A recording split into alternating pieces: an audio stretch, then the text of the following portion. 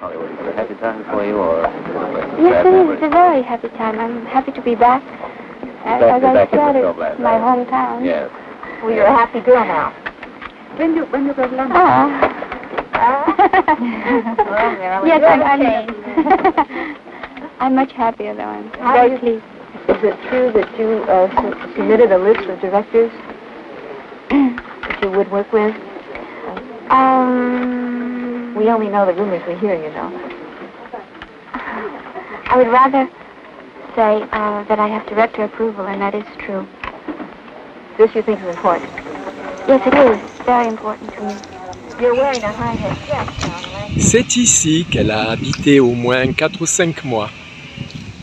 Nous voilà donc à Fifth Helena Drive, où se trouve la dernière demeure achetée par Marilyn Monroe peu de temps après son divorce avec Arthur Miller et peu de temps avec sa mort, maison achetée en 1962.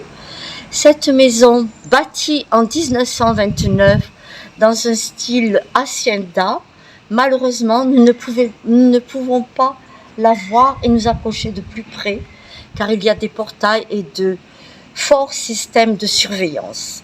Ce fut une maison blanche, blanc en l'honneur de sa mère qui adorait le blanc. C'est une maison simple et plutôt bohème où Marilyn a passé ses derniers jours. En fait, la personne qui a acheté cette demeure de Marilyn a acheté la demeure à côté et son intention primitive avait été de détruire la maison de Marilyn pour agrandir sa propre propriété. Dieu merci, la maison de Marilyn a été placée comme monument historique et ne pourra plus jamais être détruite. Changing hands, changing hands.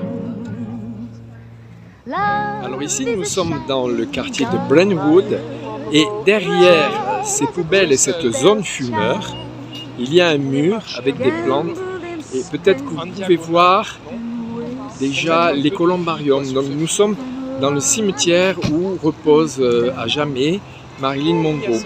C'est au fond de tout ce columbarium que grâce à une dame qui avait un joli petit chien et une voiture que nous avons enfin découvert l'emplacement de l'urne de Marilyn Monroe. Voilà, c'est ici qu'elle repose à jamais. Donc c'est le 4 août 1962 qu'elle est décédée. Alors il y a toujours ce mystère qui est autour d'elle. Est-elle morte de mort naturelle? S'est-elle suicidée? L'a-t-on aidée à mourir? Bon, on ne saura vraiment jamais parce qu'il y a beaucoup de dossiers, comme on dit, des cold cases, mais personne ne les rouvre parce qu'il doit y avoir beaucoup d'intérêt pour ce silence. Voilà. Et là, je découvre, puisque nous sommes maintenant au columbarium où elle repose, juste à côté en 2017, on a mis l'urne de Hefner, qui était le directeur de Playboy.